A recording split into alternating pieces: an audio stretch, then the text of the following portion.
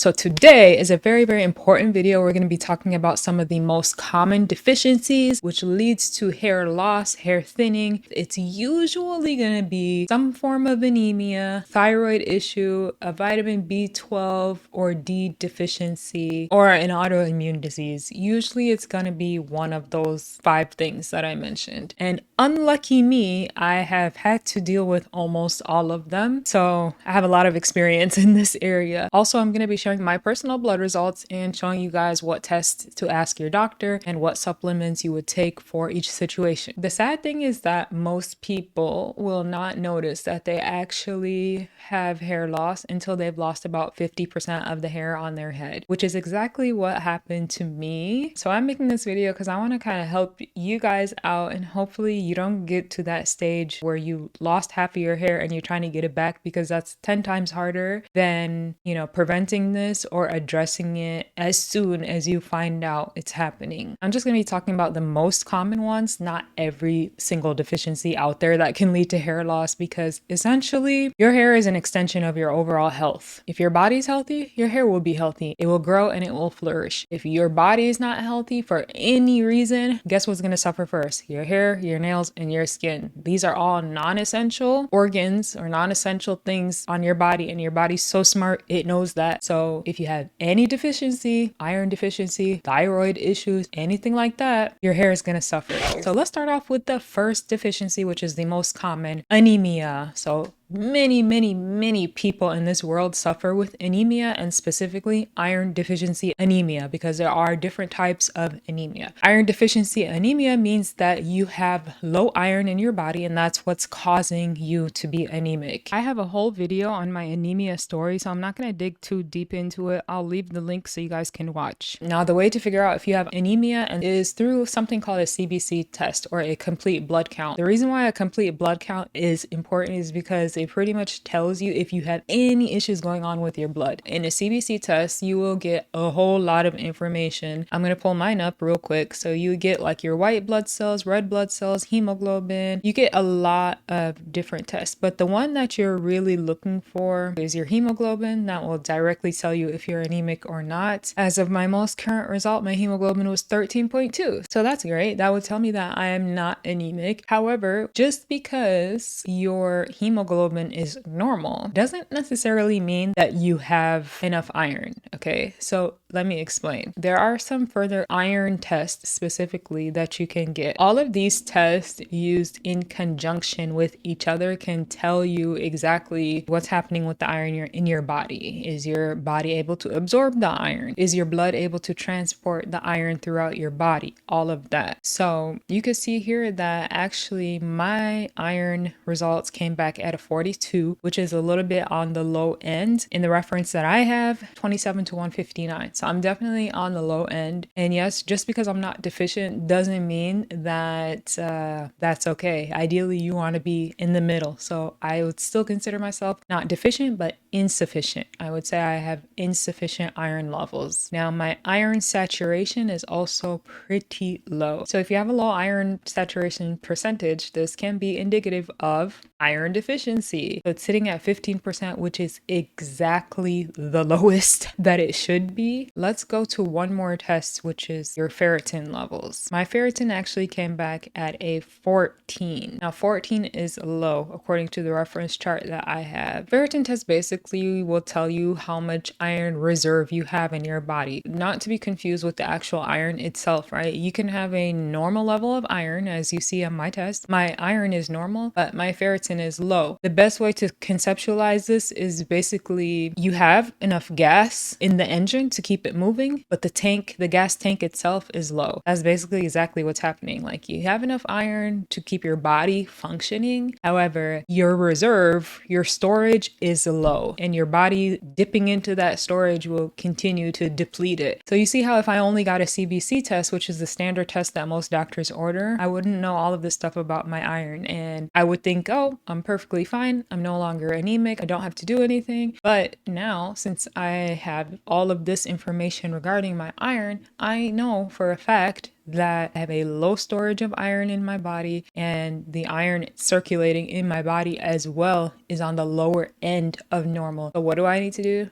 I need to up my iron. Now, you need to use these lab tests in conjunction with how you actually feel. So if you feel fine, but your iron tests are low, you could just be one of those people that naturally have lower iron, and that's normal. There are certain ethnic groups that tend to test lower than other ethnic groups. So just because you have low values doesn't always mean that there's a problem. Pay attention to what your body is actually telling you. In my case, I still have the symptoms of low iron, so that's why I'm going to be supplementing with iron. The iron pill that I recommend is from Megafood. It's called Megafood Blood Builder. I stand by that. It is one of the only iron pills that I found that will not upset your stomach at all. You can take it with food, without food. It doesn't matter. Iron supplements tend to be very, very harsh on the stomach, and they can cause bowel issues, constipation. They can be tough, okay? So yeah, I recommend that brand, and it actually does work. I took it to raise my levels up and basically cured my anemia. Ever since then, I have never been anemic. And that was about 5 years ago, whenever you guys saw that I did my anemia video.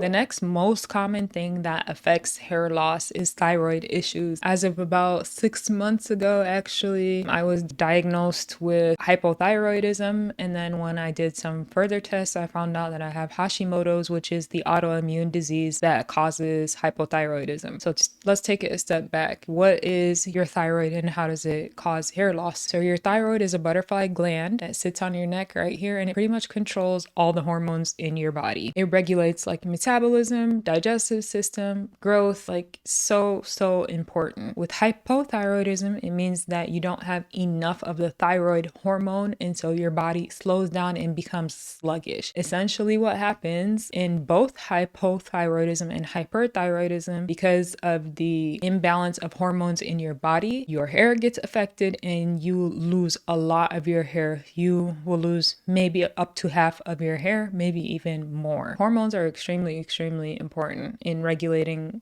everything in your body, as well as your hair, your skin, and your nails. Now, some of the symptoms of hypothyroidism sounds a lot like anemia, so it can be kind of hard to tell the difference. With hypothyroidism, you do feel cold, just like with anemia, iron deficiency anemia. You feel very, very cold. You feel very, very fatigued, sluggish. So those things are kind of similar with iron deficiency anemia, but the one thing that really stands out with hypothyroidism is weight gain. So I actually had gained over 20 pounds. On average, I would say I was about 140 pounds, but I had gained all the way up to 160 pounds. And then I started dieting. I started exercising every single day, restricting my calories. And in the beginning, nothing worked. Like my body was just stuck at 160 pounds to the point where it was making me extremely depressed. I was just like trying so hard to get rid of this weight, and it wasn't budging. I even thought like if I starve myself, I don't think it would go away. My body is just so like stuck on being 160. But anyways, I did end up losing over 20 pounds. If you notice all of a sudden that you gained weight anywhere from like 10 to 20 pounds or more, you should definitely get your thyroid checked out, because it's very, very likely that that could be the reason. And thyroid issues are so common in the US, especially amongst women starting from like 30 and above. But if you're under 30 and you have thyroid issues, don't worry. Like I'm just saying it's more common in 30 and above. Now, when you go to your doctor, most of the time they will just kind of do this like basic test that will just only test your TSH, which is your thyroid stimulating hormone. They will only test that. And if that comes back in the normal range, they will conclude, okay, you don't have any thyroid issues. That is so wrong.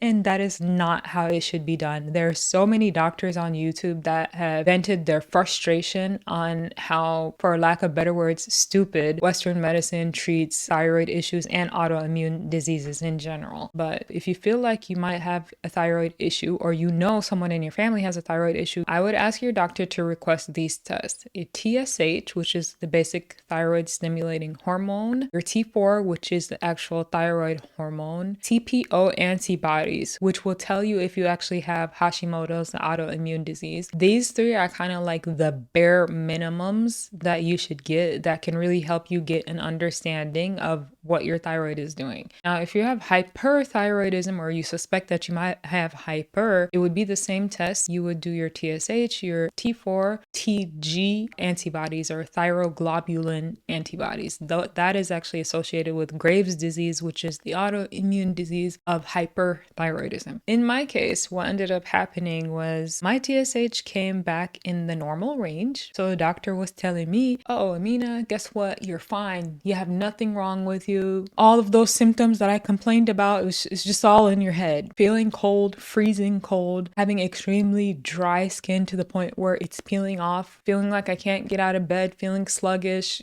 not having any mental clarity, losing half of my hair, losing the outer third of my eyebrows, losing my eyelashes, all of that just in my head. I actually left that doctor and I had to order my own blood test, which I did through Quest Diagnostics. It's called like an initial thyroid monitoring panel. Paid a little bit over $100 for that, but that basically told me my TSH, my T4, and my TPO antibodies. It came back that not only am I hypothyroidism, I have Hashimoto's, the autoimmune disease. So basically, not to get too like medical because this is a hair video after all, but Hashimoto's is an autoimmune disorder. It's where your immune system is attacking your thyroid and essentially killing your thyroid cells. For whatever reason, Western science doesn't know why it happens, but yeah, your immune system is kind of just like jacked up and it's attacking your thyroid, and technically there's no cure for this, and which is why they tell you pretty much have to take medication, levothyroxine for the rest of your life.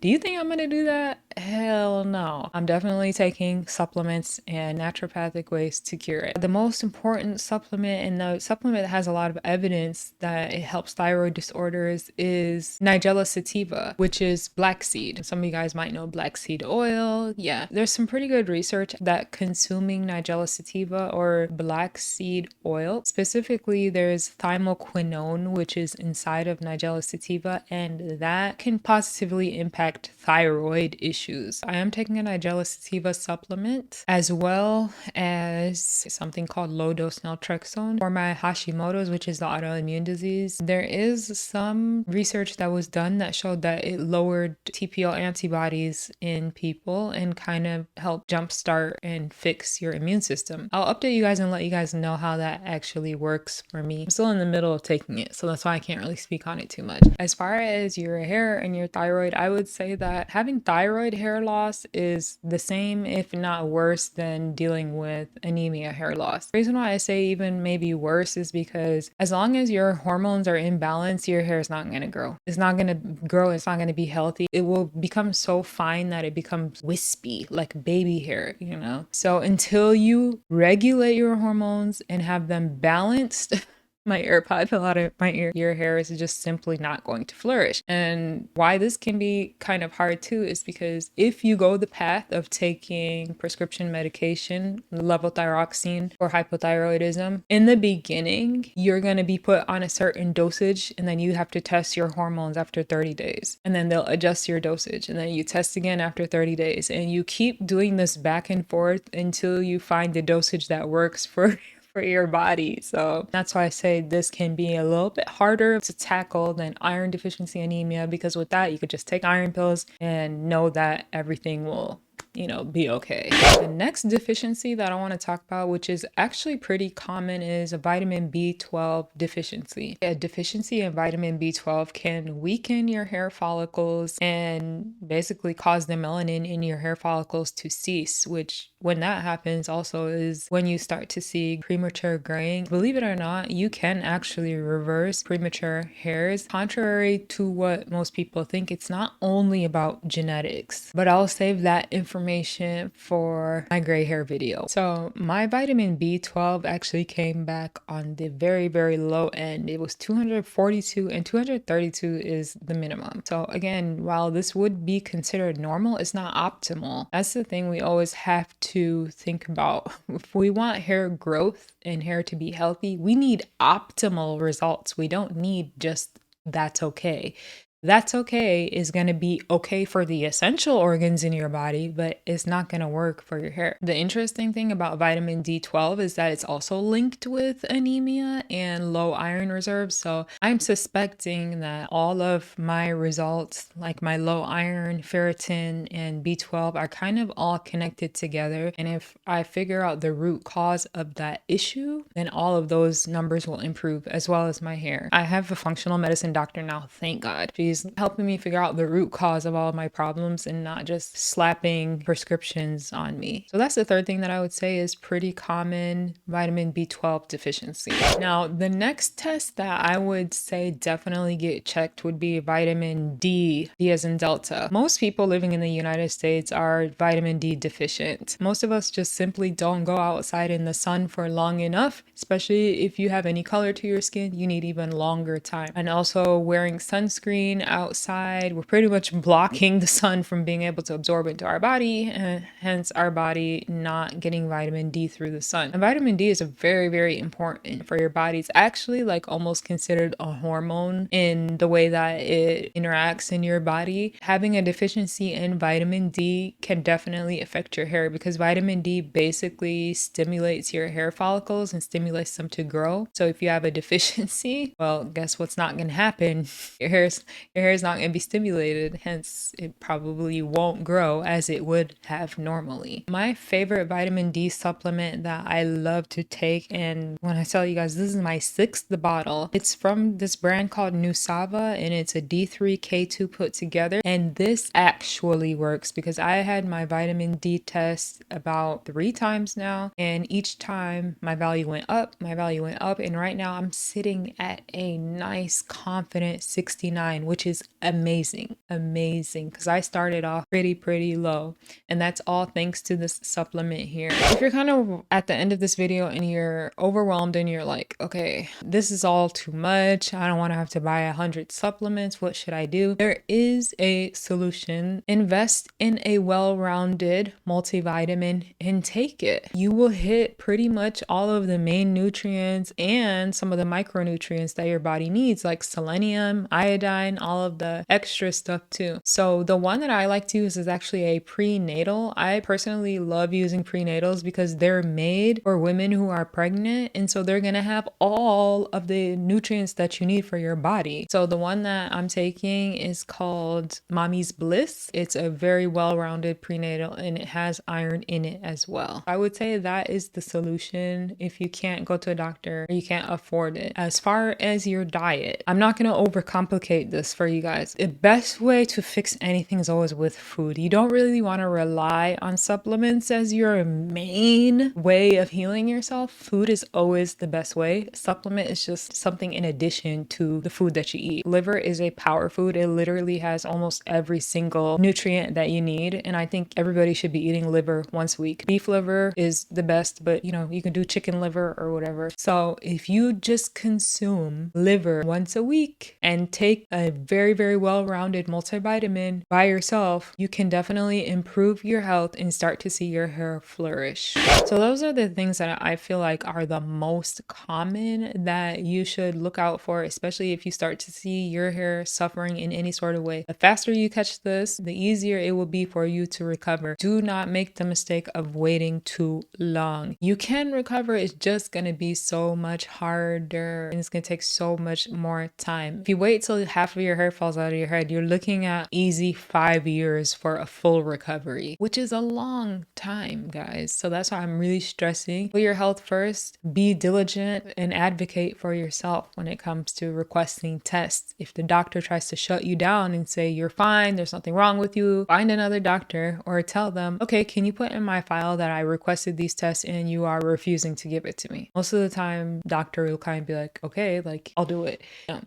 Anyways, I usually just switch doctors. Because I don't like confrontation, so I don't do all of that. So yeah, hopefully this helped you guys and gave you guys some options, you know, because I know not everybody is in the position to be able to see a doctor and request multiple tests, especially if you don't have insurance. It can get pretty pricey. So yeah, that's what I would start off with. Now, I'm not a doctor, you guys know that. So I'm just speaking about my personal experiences and the supplements that have helped me in seeing a change in my hair. All right, guys, I talked too much. Bye.